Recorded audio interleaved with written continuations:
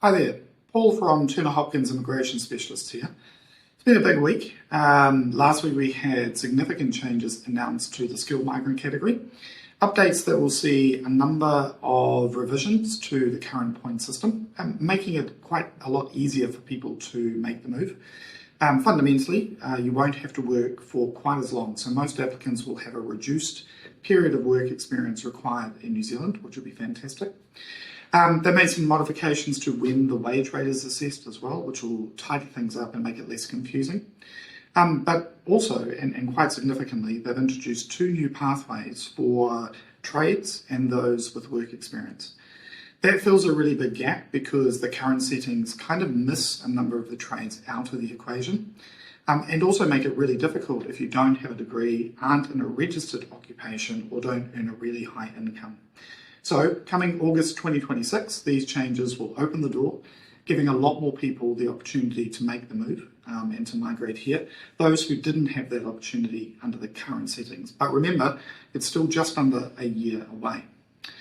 One other thing they've introduced is a slightly faster pathway for those who come here and study a master's degree. So under the current rules, if you have a master's degree from anywhere, you need 1 year of experience in New Zealand. From August 26, if you do your master's degree in New Zealand, that will give you the points you need, and along with a job offer, you'll be able to apply for residence directly. And overall, that's actually a really good idea. I don't have a massive problem with that process. It's rewarding New Zealand qualifications, it's recognising the investment made to undertake those qualifications, and it's giving those applicants a bit of a head start. The one concern I do have is that this potential avenue will be sold in the market as being a faster way to get residence, and yes, it is, but not necessarily an easier way to get residence. Remember, you still have to have the right job offer to make this process work. So coming here, investing the time and the energy to study a course, you're still going to have to find the right job with the right employer that's going to then give you the pathway to residence.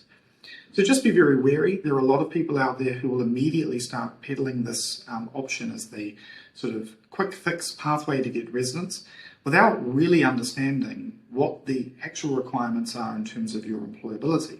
Having the qualification is one thing, but actually finding a job in that particular field is another, particularly if you study something that's not really related to what you've done in the past. So there's a lot more that's involved with this faster pathway than might first be seen when you're seeing this online or being promoted the option by people out there in the industry. And also remember, a lot of agents, student visa agents who are offshore, are not actually licensed to provide immigration advice. So they'll provide you advice about the course and the student visa, but not necessarily about what happens after. So if you are considering coming here to study, and that is a pathway you want to pursue, then it is about to get a little bit easier if you're able to study a master's course.